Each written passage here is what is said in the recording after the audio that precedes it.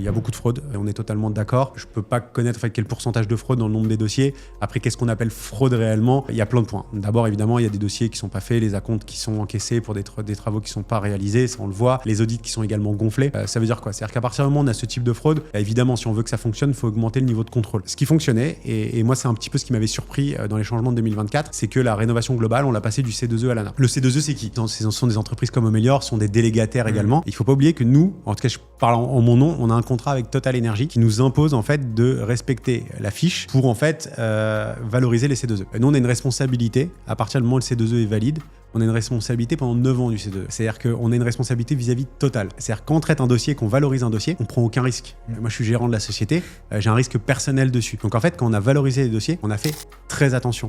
On a valorisé plusieurs milliers de dossiers en rénovation globale. Je pense pas qu'il y ait un seul dossier qui n'ait pas été installé, ou je pense pas qu'il y ait un seul dossier qui ait été mal fait. Évidemment qu'il y a peut-être des SAV, il y a peut-être des problèmes de travaux, mais en tous les cas ça a été suivi, il y a 2 coffrats qui ont été faits, il y a eu un vrai travail de fond qui a été réalisé sur des moyennes de dossiers à 29 000 €, donc pas énorme non plus. On a fait vraiment des travaux intéressants entre sauts de 2 et 3 classes pour chacun. Je pense des bons travaux. Quand on est passé à l'ANA, on a demandé à l'ANA de gérer tout ce flux-là. Mais clairement, l'ANA était sous-dimensionnée en termes de personnel pour pouvoir gérer ces flux. Et en plus de ça, on remet ça sur de l'argent public alors qu'on a des problèmes de budget du gouvernement. Alors qu'avant, sur le C2E, on était sur de l'argent privé.